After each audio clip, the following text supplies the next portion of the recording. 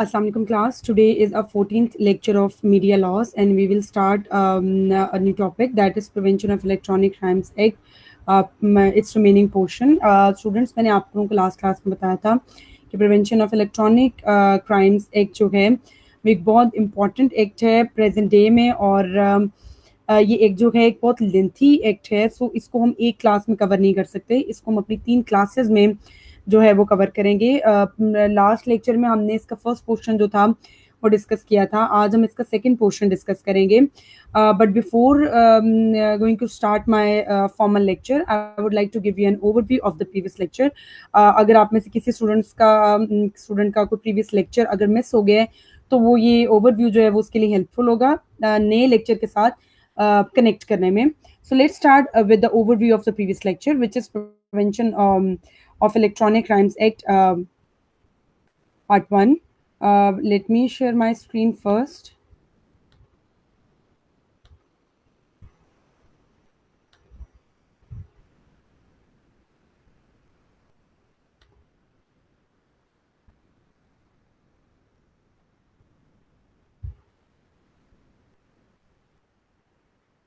Ji. As far as the previous lecture is concerned, previous lecture was categorized into these 5 subtopics: prospect of cyber crimes, cyber laws, that what are the cyber laws, category of cyber crimes, importance of cyber laws, PICA Act of 2016. Prospect of cyber crimes. The modern thief can steal more with a computer than with a gun. Tomorrow's terrorist may be able to do more damage with a keyboard than with a bomb. मैंने आपको ये ये paragraph के through इस modern crimes जो है उसकी से रिगार्डिंग कंसर्न्स जो थे वो डिस्कस किए थे कि मॉडर्न ट्रेडिशनल और मॉडर्न क्राइम्स जो हैं उनकी कैटेगरीज हैं। ट्रेडिशनल क्राइम्स जो हैं वो समहाउ आप उनको ट्रेस कर सकते हैं, उनके कल्प्रिट्स जो हैं इनको पकड़ सकते हैं, उन पर अपना जुरिसडिक्शन एक्सटेंड कर सकते हैं और उनको penalize कर सकते हैं। But as far as the modern crimes are concern which are actually cyber crimes, वहां पर सबसे प्रॉब्लम ये है कि आपने इनको ट्रेस कैसे करना है साइबर क्रिमिनल्स को, क्योंकि they can attack on your system by sitting anywhere in the world. So एक एक प्रॉपर प्लेस नहीं है, कोई फिजिकल कांटेक्ट नहीं है क्रिमिनल का और विक्टिम का आपस में, फिर जुरिसडिक्शन जो है वो ज्यूम करना मुश्किल है। सो ये सब चीज़ें जो हैं प्रॉब्लम जो हैं वो एग्जिस्ट करती हैं कि आप जो है वो किस तरीके से आपने अपनी जुरिसडिक्शन एक्सटेंड करके उन क्रिमिनल्स को आपने पकड़ना है और फिर आपने उनको पीनलाइज कैसे करना है, कौन से लॉज लगने हैं, किस कंट्रीज के लॉज लगने हैं, इस सारी की सारी प्रॉब्लम जो हैं वो एग्जिस्ट कर रही हैं। सो इसी वजह से ये जो सेइंग है इसके थ्रू हम इस चीज़ पे नतीजे पहुंचे हैं कि ये जो साइबर क्राइम्स जो हैं इनको बहुत डिफ़िकल्ट है ट्रेस करना और इनके क्रिमिनल्स को पेनलाइज करना, लेकिन ज़रूरत ये है कि इनसे रिलेटेड लॉज जो हैं वो स्ट्रिक्ट लेजिस्लेशंस की जाएं और जितना जल्दी हो सकता है इन पर इंटरनेशनल कॉपरेशन जो है वो इंटरनेशनल कम्युनिटी कॉपरेशन वो हो और इन चीज़ों से रिलेटेड सिग्निफिकेंट स्टेप्स लिए जाएं। फिर हमने पढ़ा था स्टूडेंट्स के साइबर लॉज क्या हैं। साइबर लॉज बेसिकली मैंने आपको बताया था is the law governing cyber space. Cyber space refers to the virtual computer world, more specifically is an electronic media used to form a global computer network to facilitate online communication. It is a large computer network made up of many worldwide computer networks that employ IP protocol to aid in communication and data exchange activities. अब cyber loss का मतलब है इस तरह के loss का मजमुआ जो basically cyber space के साथ डील कर रहे हैं, यानी डिफरेंट कंप्यूटर्स जो हैं वो ग्लोबली कनेक्टेड हैं और उन ग्लोबली कनेक्टेड लोगों कंप्यूटर्स की वजह से ग्लोबली लोग आपस में कम्युनिकेट कर रहे हैं और उस कम्युनिकेशन के नतीजे में इलीगल फाइनेंशियल बेनिफिट्स को अचीव करने के लिए या स्टेट्स को थ्रेट करने के लिए जो है डेटा जो है वो एक्सचेंज किए जाते हैं। और इन सब चीज़ों को रोकने के लिए जो लॉज बनाए जाते हैं, इलीगल एक्टिविटीज़ को, साइबर स्पेस की इलीगल एक्टिविटीज़ को रोकने के लिए जो लॉज बनाए जाते हैं उन लॉज को बोलते हैं साइबर लॉज। फिर हमने स्टूडेंट्स डिफरेंट कैटेगरीज पढ़ी थी साइबर क्राइम्स की. First was the cyber crimes related to the persons, cyber crimes against properties, then cyber crimes against government. अब साइबर क्राइम अगेंस्ट पर्सन में मैंने आपको बताया था कि उसमें साइबर हरासमेंट आती है, cyber stalking, cyber bullying, cyber defamation, email spoofing, spam emails, tracking, SMS spoofing, credit card frauds, online libel, cylinder, financial frauds, identity theft. फिर हमने डिस्कस किया था cyber crimes against properties. Properties के against जो cyber crimes कैसे commit होते हैं, उसमें हमने आईपीआर की वायलेशन जो थी वो हमने डिस्कस की थी, और वायलेशन डिस्कस की थी. साइबर क्राइम स्ट्रेस पास जो थे वो डिस्कस किए थे. डीडीओएस अटैक्स को डिस्कस किया था, वोम अटैक्स को, हैकिंग को, और वायरस किस तरह से एक नेटवर्क से या एक कंप्यूटर से दूसरे कंप्यूटर में इंजेक्ट किया जाता है, ट्रांसमिट किया जाता है, वो भी डिस्कस किया था. फिर सबसे जो डेंजरस टाइप थी साइबर क्राइम्स की वो हमने डिस्कस की, जिसको साइबर टेररिज्म भी कहा जाता है, that is cyber crimes against the governments. और ये छोटे लेवल पे नहीं होती, ये बहुत बड़े लेवल पे ये एक्टिविटी कमिट होती है. और पर्पस जो होता है उसका होता है कि एक बड़े लेवल पे थ्रेट क्रिएट करना, लोगों के दिलों में खौफ जो है वो क्रिएट कर देना, और गवर्नमेंट्स को डायरेक्टली अटैक करना. इसमें डिफरेंट टाइप्स हो सकती हैं, डिफरेंट गेन्स जो हैं वो हो सकते हैं, डिफरेंट बेनिफिट्स जो हैं वो अचीव करने के लिए किया जाता है. जैसे मिलिट्री अपनी किसी भी एनिमी स्टेट का मिलिट्री डेटा जो है वो आप स्टील कर लें. ये बहुत एक कॉमन एक्टिविटी है साइबर टेररिज्म की, जो कि गवर्नमेंट्स के अगेंस्ट लॉन्च किया जाता है. फिर हमने जो है वो इम्पोर्टेंस डिस्कस की थी साइबर लॉज की. साइबर लॉज जो हैं वो किस किस तरीके से हेल्पफुल होते हैं हमें, कि हम जिससे हमें ज़रूरत क्यों पेश आती है साइबर लॉज की, और हम उनसे क्या क्या फ़ायदे जो हैं वो ले सकते हैं, ये हमने डिस्कस किया था. फिर उसके बाद हमने पी का एक्ट जो था वो उसका पोर्शन 1 जो था, फर्स्ट पार्ट जो था वो हमने डिस्कस किया. इसमें हमने प्रीएम्बल डिस्कस किया. फिर हमने डिफरेंट डेफिनेशन डिस्कस की कि एक्ट क्या होता है. फिर उसके बाद एक्ट जो है वो किन किन चीज़ों से रिलेटेड होगा, उसमें हमने एक्ट्स और कमीशन की कैटेगरी में डिस्कस किया कि इस एक्ट में जो एक्ट्स कहे गए हैं परफॉर्म करने के लिए अलाउड हैं, और जो परमिटेड हैं आप वो एक्ट्स कमिट करें, तो इसका मतलब है आपने इस एक्ट के अकॉर्डिंग वो एक्ट कमिट कर दिया in context of cyber crimes. फिर हमने एक्सेस टू डेटा की डेफिनेशन डिस्कस की थी. फिर एक्सेस टू इंफॉर्मेशन सिस्टम की जो थी डेफिनेशन डिस्कस की. फिर अथॉरिटी का क्या मतलब है वो डिस्कस किया. मैंने आपको बताया पाकिस्तान टेलीकम्युनिकेशन ऑर्गेनाइजेशन एक्ट के तहत अथॉरिटी या ऑथराइज पर्सन क्या है वो हमने डिस्कस किया. फिर ऑथराइजेशन का कॉन्सेप्ट डिस्कस किया. फिर उसके बाद हमने ऑथराइज ऑफिसर कौन है, किस पर्सन को जो है वो लीगली वो ऑथराइज्ड है लोगों को पे अप्रोच करने के लिए इस एक्ट के अंदर, वो हमने डिस्कस किया. फिर कोड क्या डिस्कस किया कि कोड का मतलब है क्रिमिनल प्रोसीजर जो है हमारा पाकिस्तान का वो है. फिर कंटेंट डेटा डिस्कस किया. कोर्ट का मतलब क्या है, कौन सी कोर्ट जुरिसडिक्शन रिज्यूम करती है वो डिस्कस किया.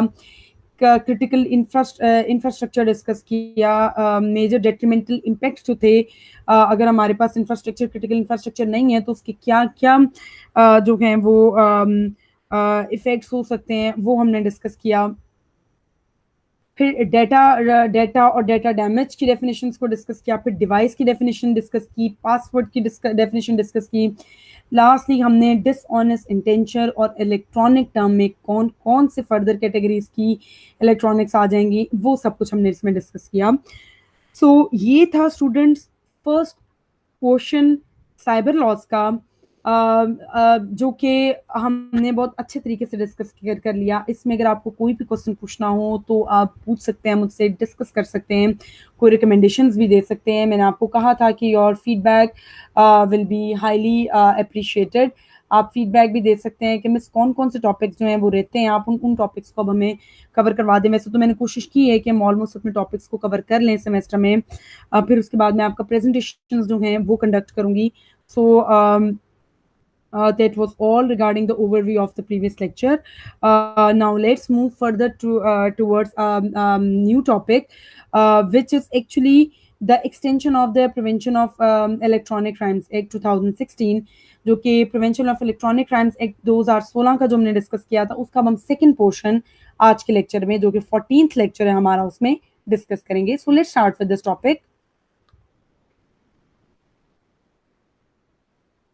So this topic has also got a certain table of contents, which is introduction, background of the law कि ये law जो है पीका एक्ट जो है 2016 का ये किन किन ज़रूरियात को मद्देनज़र रखते हुए आया और किन किन इश्यूज को आके इसने डील किया और उनके क्या क्या जो थे पॉजिटिव इम्पैक्ट्स देखने को मिले. फिर उसके बाद importance of cyber laws and the remaining portion of the PECA act 2016.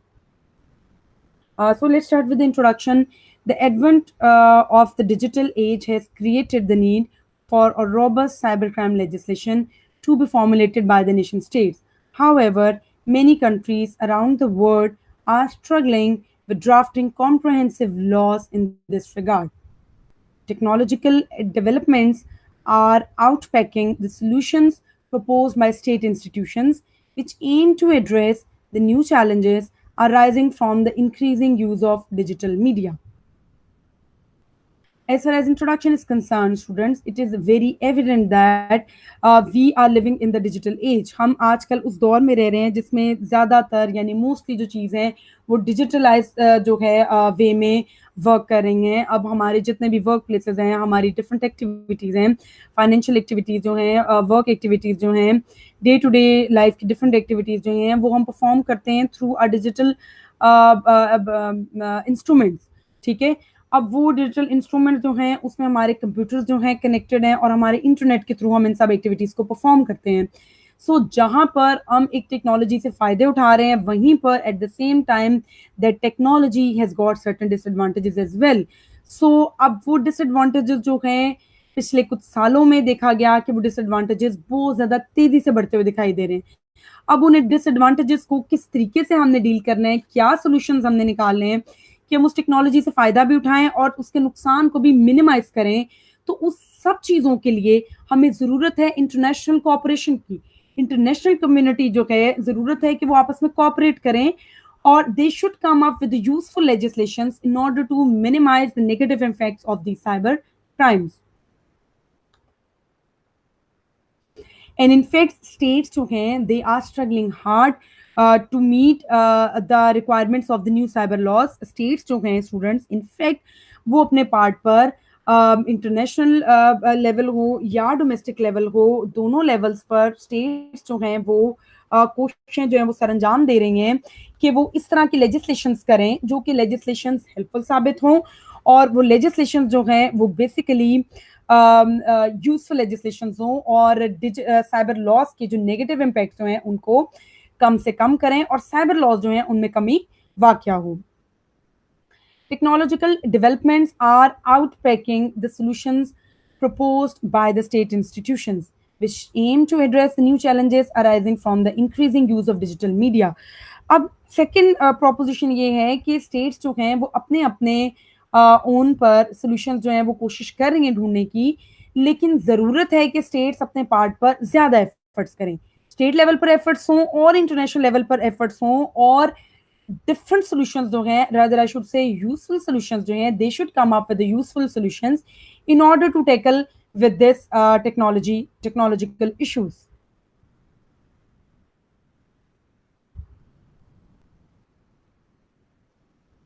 Governments are also struggling to amend existing laws that seek to ensure the regulations of cybersecurity. In Pakistan, prior to the promulgation of the Prevention of Electronic Crimes Act PICA 2016, the Electronic Transactions Ordinance ETO 2002 criminalized unlawful and unauthorized access to information. In the absence of a direct data protection legislation, the ETO provisions theoretically regulated data privacy and protection. Government जो हैं वो students अपने अपने part पर जो है वो positive roles play कर रही हैं कि इस तरह की रेगुलेशंस जो हैं, इस तरह के लॉज जो हैं वो बनाएं कि जो साइबर सिक्योरिटी है उसको मैक्सिमम तौर पर इंश्योर किया जा सके.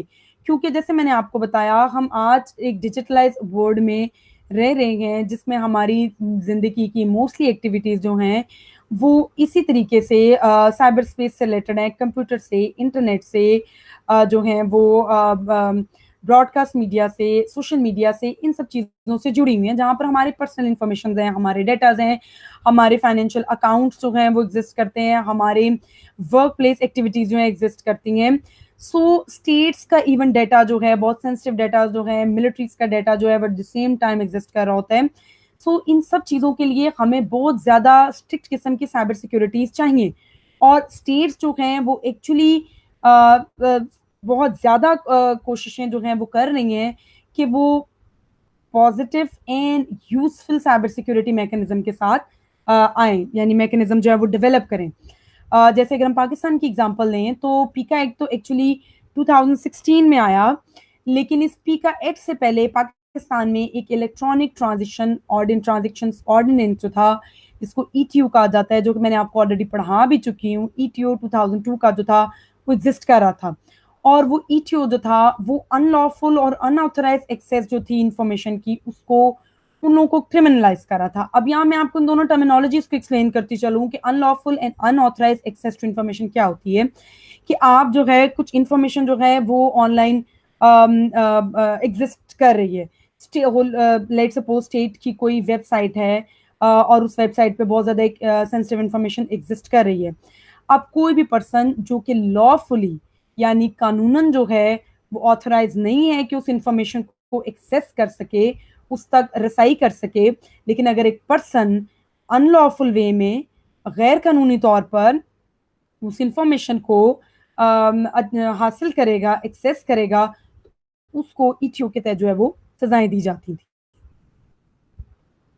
In the absence of a direct data protection legislation, ETO provisions theoretically regulated data privacy and protection. अब वो ये चीज़ एक्सप्लेन की जाती है कि जबकि पाकिस्तान में कोई एक फॉर्मल डेटा प्रोटेक्शन से रिलेटेड लेजिस्लेशन मौजूद नहीं थी उस टाइम पे, बट स्टिल एटीओ की जो प्रोविजंस जो थी, 2002 का जो ईटीओ जो था, वो डेटा प्राइवेसी और उसकी प्रोटेक्शन के साथ समहाउ एक बेहतर वे में डील कर रहा था।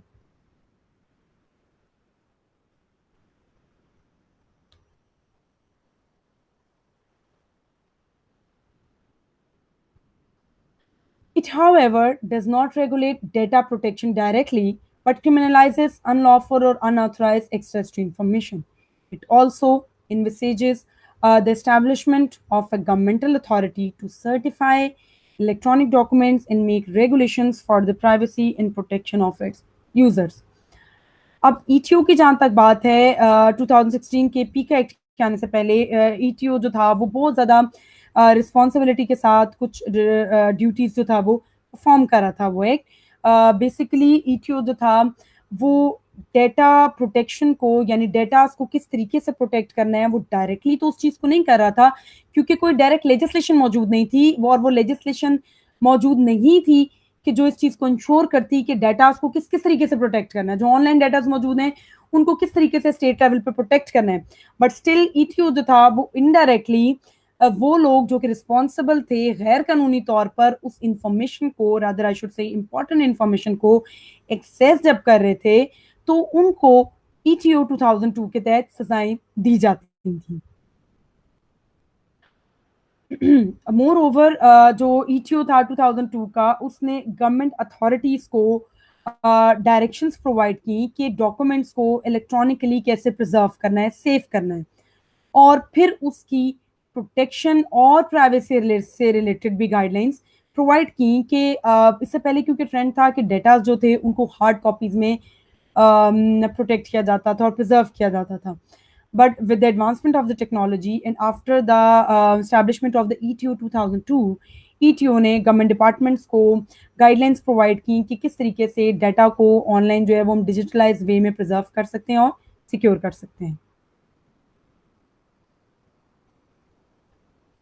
The issue that have currently emerged due to the increasing usage of digital media call for the creation and implementation of a suitable legal framework that strive to protect the digital rights of the individual.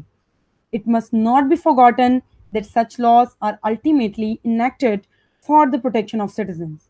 Any draconian provision that curtails the constitutional rights of the citizens and bolsters tyrannical governmental power would defeat the spirit and letter of the law.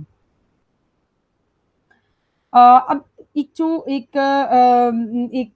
Proposition हमारे पास आती है, वो ये आती है कि जो issue जो है, जो करंटली इस टाइम में जो एक क्रिएट हो गया है, वो ये है कि डिजिटल मीडिया जो है, यानी जहाँ पर एक डिजिटल मीडिया है जहाँ पर जो हम सब जिसका सहारा लेते हैं अपनी डे टू डे लाइफ के मैटर्स को एग्जीक्यूट करने में, वहाँ पर इंडिविजुअल्स की प्राइवेट इंफॉर्मेशंस और उनका प्राइवेट डेटा जो है वो एग्जिस्ट कर रहा होता है। अब यहाँ पर जो है वो तवज्जो दिलाने की ज़रूरत जो है वो ये है कि उन इंडिविजुअल्स के यानी सिटीजन्स के उन डिजिटल राइट्स को प्रोटेक्शन करने की ज़रूरत है। और वो डिजिटल राइट्स जो हैं यानी उनका जो डेटाज, उनकी पर्सनल इंफॉर्मेशन, उनके मॉनिटरी अकाउंट्स जो हैं जो एग्जिस्ट कर रहे हैं, उन सबको प्रोटेक्ट करना है। और उन सबको प्रोटेक्ट आप कैसे कर सकते हैं? जब आपके पास स्ट्रॉन्ग लेजिस्लेशंस मौजूद हो। जब आपके पास स्ट्रॉन्ग लेजिस्लेशंस मौजूद नहीं होंगी तब आप उन चीज़ों को प्रोटेक्ट नहीं कर सकते, क्योंकि आप ऑरली तो किसी को नहीं रोक सकते ना कि कोई किसी के राइट को वायलेट ना करे। इवन ट्रेडिशनल क्राइम्स को भी रोकने के लिए हमें लॉ मेकिंग की जरूरत होती है। एक स्टेचुटरी लॉ की जरूरत होती है जो कि एड्रेस करता है राइट्स एंड ड्यूटीज के साथ और सैंक्शंस के साथ, पेनल्टीज के साथ। सो यहाँ पर भी इस फॉर्म में भी डिजिटल वे में सिटीजन्स के राइट्स को प्रोटेक्ट करने के लिए we need a certain strong set of legislations that intends to protect the individual's right, which are there at the cyber space, internet। और इस तरह के जो मैकेनिज्म जो है जैसे डिजिटल वर्ल्ड जो है जहां पर एग्जिस्ट कर रहा है उनको प्रोटेक्शन की जरूरत है। It must not be forgotten that such laws are ultimately enacted for the protection of citizens.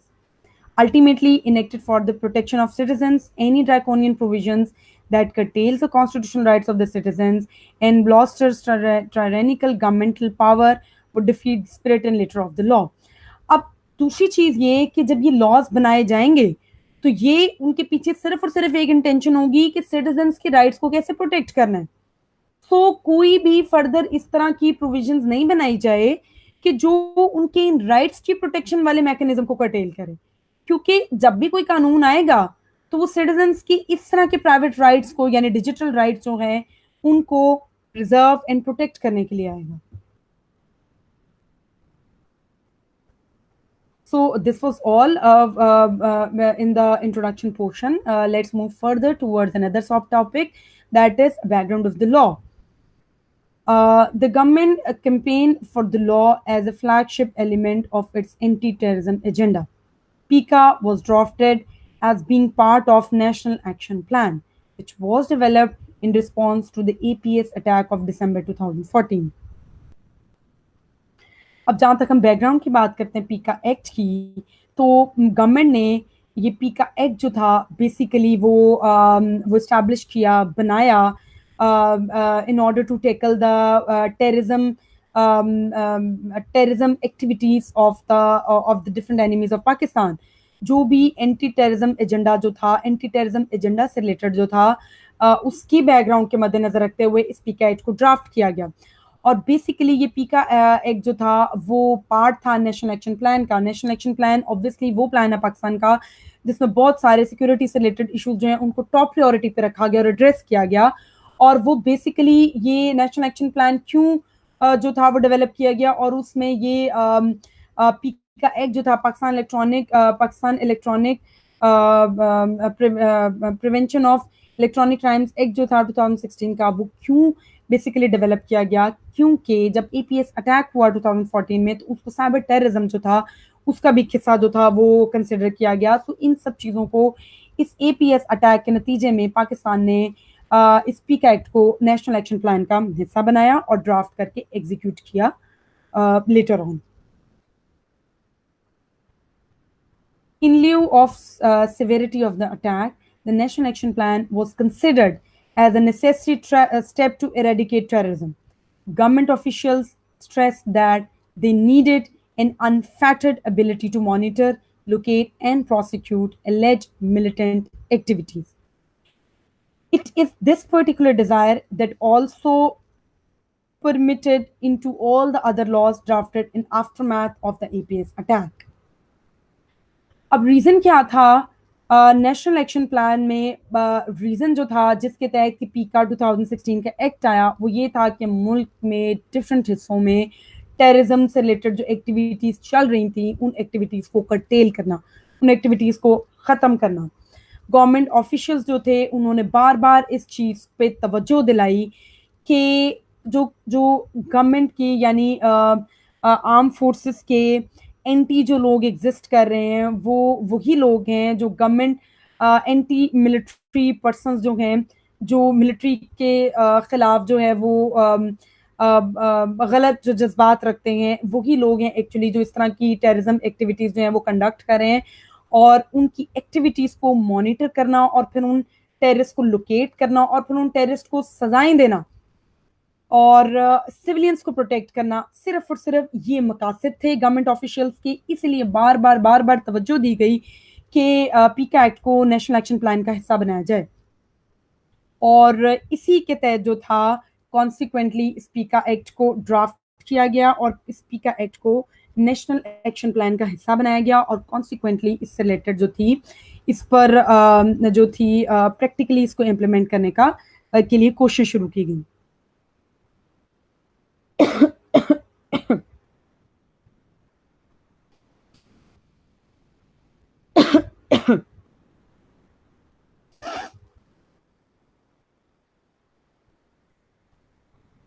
For example, in a defining a movement in its war against terrorism, the Pakistani government responded to the attack by lifting the unofficial moratorium on the death penalty, asserting that only those convicted of terrorism would be executed. अब जो एक और जो था एक important step लिया गया in order to deal with these all terrorist activities that were going on within the territory of Pakistan was to lift actually rather I should say जो एक डेथ पेनल्टी को सस्पेंड किया गया था for the time भी Pakistan peoples party के दौर में उस बैन को हटाया गया और उस बैन को हटाने के बाद इस चीज़ को श्योर किया गया कि जितने टेररिस्ट होंगे उनकी आइडेंटिटीज़ को उनको आइडेंटिफाई किया जाएगा फिर उनकी प्रेजेंस को लोकेट किया जाएगा और उनको ढूंढ कर फिर उनको जो है डेथ पेनल्टीज अवॉर्ड की जाएंगी और इसी के तहत जो थी मिलिट्री कोर्ट्स जो थी वो बनाएंगी और ये सारे के सारे ट्रायल्स होंगे मिलिट्री कोर्ट्स के अंडर होंगे और इन सबको लोकेट हम कर सकते थे साइबर क्राइम्स के थ्रू, इसीलिए जो पीका एक्ट जो था उसको एस्टैब्लिश किया गया। The situation of the post-APS Pakistan is comparable to a post-9/11 USA, wherein the USA Congress passed the Patriot Act 2001 within 1 month of the collapse of the World Trade Center. Similarly, in the UK, 2 months after 9/11, the Anti-Terrorism Crime and Security Act was passed in 2001. अब students ये जो situation APS की जो पाकिस्तान में APS attack हुआ उस situation को America के 9/11 के इंसिडेंट के साथ कंपेयर किया गया कि जैसे अमेरिका में 9/11 का एक हादसा हुआ और जब वर्ल्ड ट्रेड सेंटर जो था वो कोलैप्स किया तो उसके एक महीने के अंदर अंदर जो थे अमेरिकन कांग्रेस ने एक बिल एक्ट पास किया जो कि था पेट्रियाटिक एक्ट और उस पेट्रियाटिक एक्ट का मकसद ही था कि इस तरह के इश्यूज के साथ डील करना।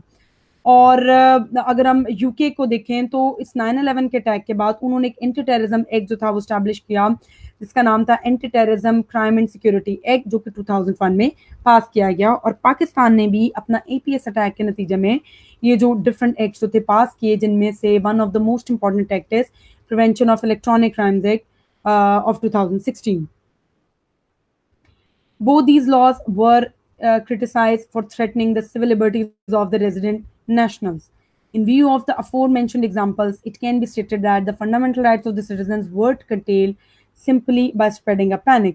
अब ये एक more than a common practice है कि स्टेट्स जो हैं अपने मुल्क को प्रोटेक्ट करने के लिए उसकी इंटेग्रिटी को सिक्योरिटी को प्रोटेक्ट करने के लिए उसके सिटीजन्स को प्रोटेक्ट करने के लिए जब किसी भी मुल्क में कोई ऐसा अनफॉर्चुनेट इंसिडेंट होता है हादसा होता है जिसके बहुत ही एडवर्स इफेक्ट होते हैं उन एडवर्स इफेक्ट के बाद स्टेट जो हैं they come up with the certain useful legislations in anticipation में स्टेट्स ऐसी लेजिस्लेशंस बनाती हैं जो कि इस तरह के हादसों को फर्दर होने से रोकें। जैसे मैंने भी आपको अमेरिका की एग्जांपल दी यूके की एग्जांपल दी उन्होंने 9/11 के अटैक के बाद किस तरीके से जो स्ट्रॉन्ग लेजिस्लेशन थी बनाई इसी तरह से पाकिस्तान भी जो है that is 100% justified after the APS attacks कि पाकिस्तान ने जो है बहुत सारी यूजफुल लेजिस्लेशन जो थी उस टाइम पे बनाई और पर्पस ये था कि अपने मुल्क की इंटेग्रिटी को सिक्योरिटी को और अपने मुल्क के सिटीजन जो हैं उनको प्रोटेक्ट करे। As far as the humanitarian policy group, the Pakistani state tends to prioritize national security at the expense of the constitutional safeguards and humanitarian considerations, especially in situation of crisis when a response is needed on an emergency basis. Therefore, in order to identify with fundamental rights are being infringed, it is imperative to analyze the cybercrime statute from a constitutional perspective in order to ensure it does not negatively impact the rights of their citizens. अब student somehow इस act को criticise किया जाता है कि ये जो act है इसके तहत सिटीजन जो हैं उनकी एक्टिविटीज पे चेक रखा जाता है, उनका राइट टू प्राइवेसी जो है जो अंडर फंडामेंटल राइट्स उनको दिया जाता है वो डैमेज हो रहा है, इन्फ्रिंज हो रहा है, but it's not like that. अब अब ये जो सिटीजन जो हैं उनकी लाइफ को भी प्रोटेक्ट करना है, मुल्क की सिक्योरिटी को जो है इंटेक्ट रखना है, मुल्क की इंटेग्रिटी को इंटेक्ट रखना है, और ये सब चीजें तभी हो सकती हैं जब आपको एक स्ट्रिक्ट किस्म की लेजिस्लेशन जो है वो इंश्योर करें, और वो लेजिस्लेशन कॉन्सिक्वेंटली जो है वो सिटीजन के बेनिफिट के लिए बनाई जाती है. स्टेट को तो उससे कोई जो है वो इतना बेनिफिट नहीं हो रहा होता, सिटीजन को हो रहा होता है. सो ये एक जो है उसको गलत वे में क्रिटिसाइज किया जाता है. Let's make it a proposition that this act has nothing to do with the infringement of the fundamental rights of the citizens of Pakistan. एक सेपरेट एक्ट है और इसका एक्ट जो है वो मैंने आपको बता दिया कि इसके क्या क्या रीजंस हैं जिनकी वजह से इस एक्ट को लाया गया और प्रोमलगेट करवाया गया. Now moving further towards another subtopic, that is the importance of cyber laws. Inevitably, every technology is tending to be part of information technology. In near future, every species of law might be a part of cyber laws. Cyber crimes often international nature. Cyber laws have an important role in representing and defining the norms of the cyber society. Cyber laws help in giving the right to enter into legally enforceable digital contracts. Cyber laws help in maintaining and owning the cyber properties. Cyber laws help in to carry on online businesses. Cyber laws help in providing legal reorganization for electronic documents and digital signatures. अब जहाँ तक act को criticise किया जाता है वो गलत वे में, तो साथ ही साथ साइबर लॉज जो हैं उनकी इंटरनेशनल जो फ़वायद हैं और डोमेस्टिकली जो फ़वायद हैं वो भी यहाँ पर आपको मैं मेंशन करती हूँ कि जिस तरह से हम एक डिजिटल वर्ल्ड का हिस्सा बनते जा रहे हैं, देयर इज़ अ पॉसिबिलिटी कि आने वाले कुछ वक्तों में तमाम के तमाम जो साइबर लॉज होंगे वो हो सकता है कि इन्हीं जितनी भी एक्टिविटीज़ जो होंगी वो साइबर लॉज के अकॉर्डिंग जो है वो कंडक्ट होंगी. साइबर लॉज जो हैं वो इंटरनेशनल उनका ओरिजिन है, इंटरनेशनल नेचर है. साइबर लॉज जो हैं वो इम्पॉर्टेंट रोल जो हैं वो प्ले करते हैं cyber norms of cyber society को रेगुलेट करने में. साइबर लॉज जो हैं वो सिटीजन्स को राइट प्रोवाइड करते हैं कि वो डिजिटल कॉन्ट्रैक्ट्स जो हैं लीगली डिजिटल कॉन्ट्रैक्ट्स जो हैं वो साइन कर सकते हैं, अपनी प्रॉपर्टीज जो हैं वो ऑनलाइन वो परचेज कर सकते हैं, ऑनलाइन बिजनेसेस कैरी कर सकते हैं, कैरी आउट कर सकते हैं. इलेक्ट्रॉनिक डॉक्यूमेंट्स का जो है साइबर लॉज के बाद ट्रेंड स्टार्ट हुआ और डिजिटल सिग्नेचर्स भी थे वो भी इंश्योर किए गए.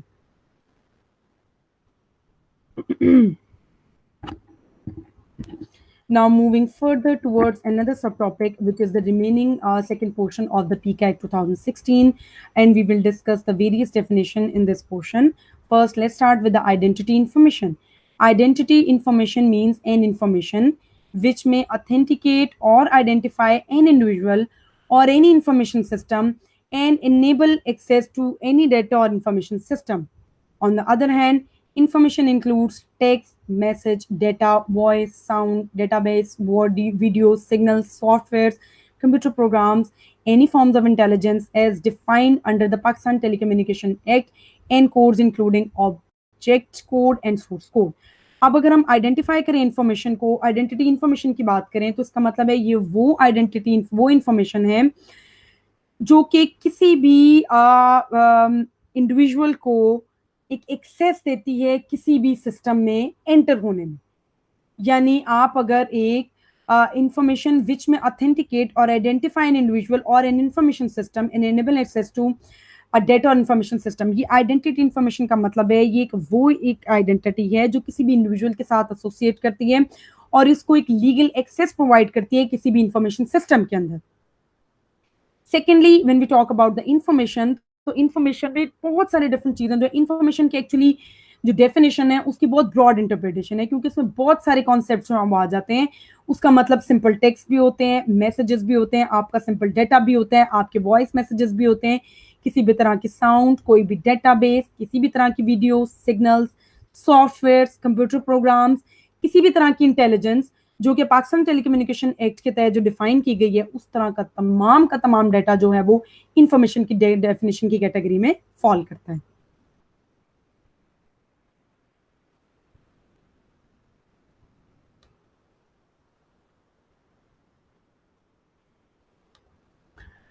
Another is information system.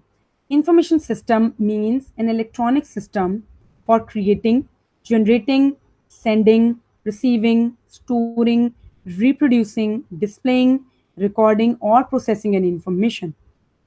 Integrity means in relation to an electronic document, electronic signature, or advanced electronic signature, the electronic document, electronic signature, or advanced electronic signature that has not been tampered with, altered, or modified since a particular point in time.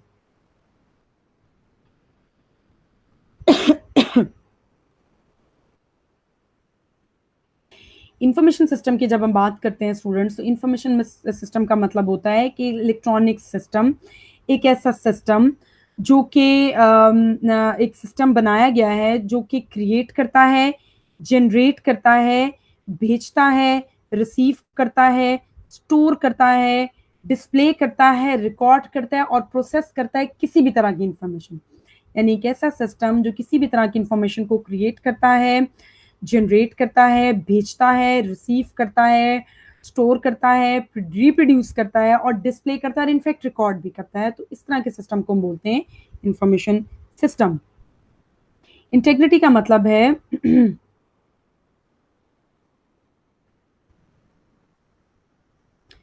कि किसी भी तरह के, जब हम किसी भी तरह के इलेक्ट्रॉनिक डॉक्यूमेंट की इलेक्ट्रॉनिक सिग्नेचर की बात करेंगे, या इलेक्ट्रॉनिक डॉक्यूमेंट की बात करेंगे, या इलेक्ट्रॉनिक सिग्नेचर की बात करेंगे जिसको टेम्पर नहीं किया गया, यानी जिसमें कोई भी तब्दीली नहीं लाई गई किसी भी पॉइंट पर। यानी लेट सपोज स्टूडेंट्स, एक डॉक्यूमेंट एग्जिस्ट कर रहा है, यानी कोई एक इंफॉर्मेशन सिस्टम एग्जिस्ट कर रहा है, अगर उस इंफॉर्मेशन सिस्टम में कोई चेंजेस नहीं आई, कोई ऑल्ट्रेशन नहीं आई, कोई कोई डिफरेंस नहीं आया और वो सिस्टम अपनी ओरिजिनल हालत में अगर एग्जिस्ट कर रहा है, इसका मतलब है उस सिस्टम की इंटेग्रिटी मेंटेन है, उसमें कोई ऑल्ट्रेशन नहीं हुई, कोई चेंजेस नहीं हुई, कोई प्रोसेसिंग नहीं हुई, कोई कुछ नहीं हुआ, जिस हालत में उस सिस्टम को सेव किया गया वो उसी हालत में एग्जिस्ट कर रहा है। तो ऐसे सिस्टम का मतलब होगा, उसका मतलब होगा integrity.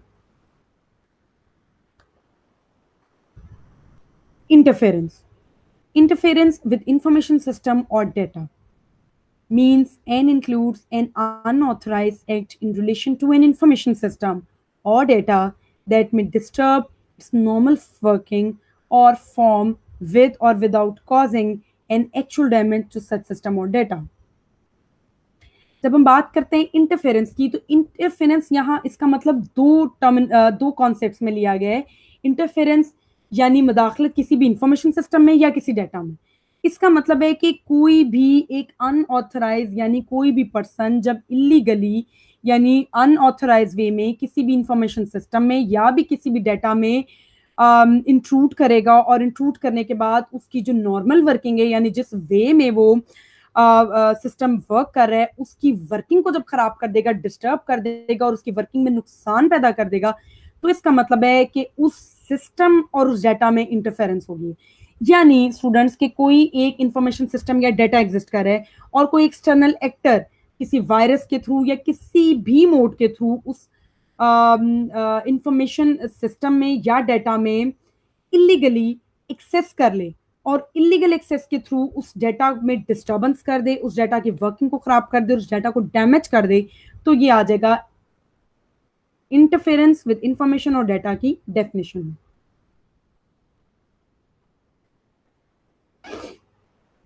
Next definition is investigation agency. Investigation agency means the law enforcement agency established by or designated under this act. Another definition is minor. Minor means notwithstanding anything contained in any other law, any person who has not completed the age of 18 years. अब जब investigation agency की बात करते हैं तो investigation agency जैसे नाम से स्टूडेंट्स पता चल रहा है कि ऐसी एजेंसी है जो कि पूछताछ करेगी, पूरे की पूरी फैक्ट फाइंडिंग करेगी, पूरे के पूरे जब कोई इंसिडेंट होगा तो उस इंसिडेंट की इंक्वायरी करेगी, इन्वेस्टिगेट करेगी उस मैटर को। तो वो इन्वेस्टिगेशन एजेंसी वो होगी जो कि इस जो ये एक्ट पीका एक्ट जिन लोगों को ऑथराइज करता है being part of investigation agency, सिर्फ वही लोग जो होंगे इन्वेस्टिगेशन एजेंसी का हिस्सा बन सकते हैं। सेकेंडली, माइनर का मतलब जैसे आपको पता है कॉमन लॉ में एक माइनर की डेफिनेशन ये है कि the person who has attend the age of 18 years falls within the category of a who has not attained the age of 18 years falls within the category of a minor। इस sect में भी same definition है कि एक person जिसने 18 साल की जिसकी उम्र नहीं है वो माइनर की कैटेगरी में फॉल करेगा और उसको एज अ मेजर ट्रीट नहीं किया जाएगा।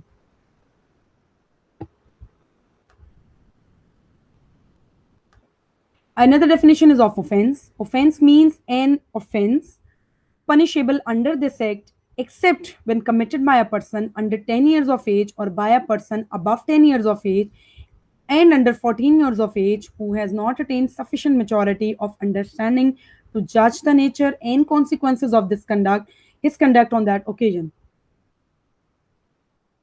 अब ऑफेंस का मतलब है एक ऐसा क्राइम जो कि एक्ट मींस एक ऐसा एक्ट जो कि इलीगल एक्ट इस एक्ट के तहत डिक्लेयर किया गया, और जब एक कोई भी पर्सन वो इलीगल एक्ट कमिट करेगा तो इसका मतलब है उसने ऑफेंस क्रिएट कमिट किया, और वो ऑफेंस जो होगा वो पनिशेबल होगा इस एक्ट के according.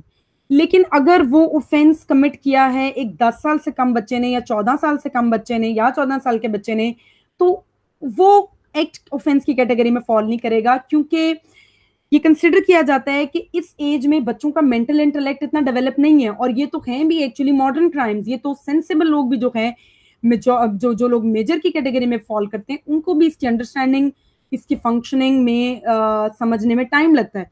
So how can you expect that a child who is under the age of 10 years और 14 years know about the understanding और consequences of his conduct in terms of the cyber crime। so offense का मतलब सिर्फ वही लोग जो कि above 18 years हैं और उनको अंडरस्टैंडिंग है उस क्राइम के कमिट करने की, but not the miners.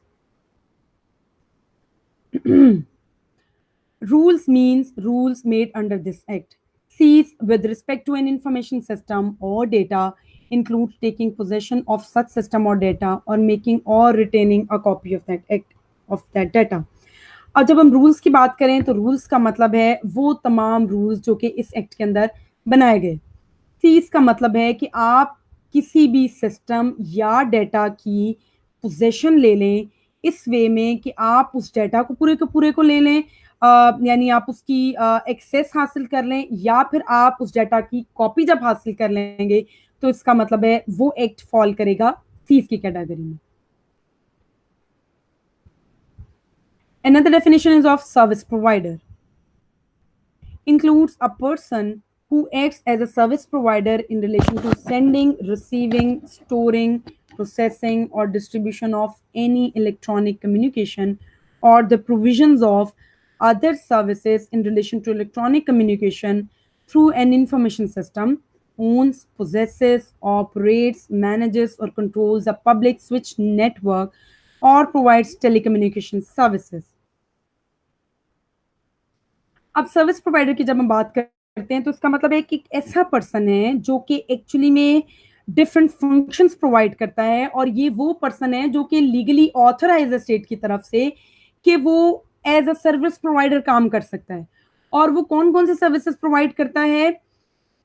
Datas या इंफॉर्मेशन को सेंड करने की, रिसीव करने की, स्टोर करने की, प्रोसेस करने की, और किसी भी इलेक्ट्रॉनिक कम्युनिकेशन या डेटा से रिलेटेड जब एक पर्सन ऑथराइज होगा स्टेट की तरफ से, तो वो जब वो इस तरह की सर्विसेज को प्रोवाइड करेगा तो ऐसे पर्सन को बोलेंगे service provider.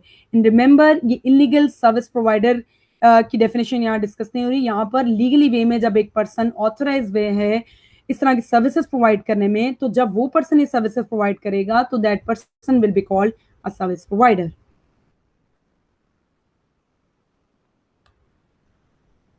Next definition is subscriber information. Means any information held in any form by a service provider relating to a subscriber other than a traffic data. Traffic data includes data relating to the communication, indicating its origin, destination, route, time, size, duration और types of services. Subscriber information का मतलब है कोई भी information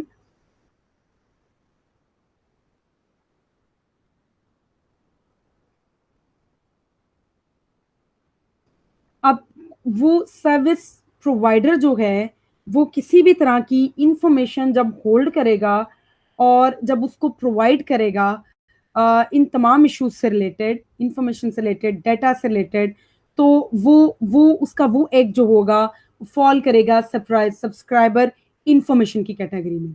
but दूसरी तरफ लेकिन ये ट्रैफिक डाटा की कैटेगरी में फॉल नहीं करेगा, ये सिर्फ सब्सक्राइबर इंफॉर्मेशन की कैटेगरी में फॉल करेगा।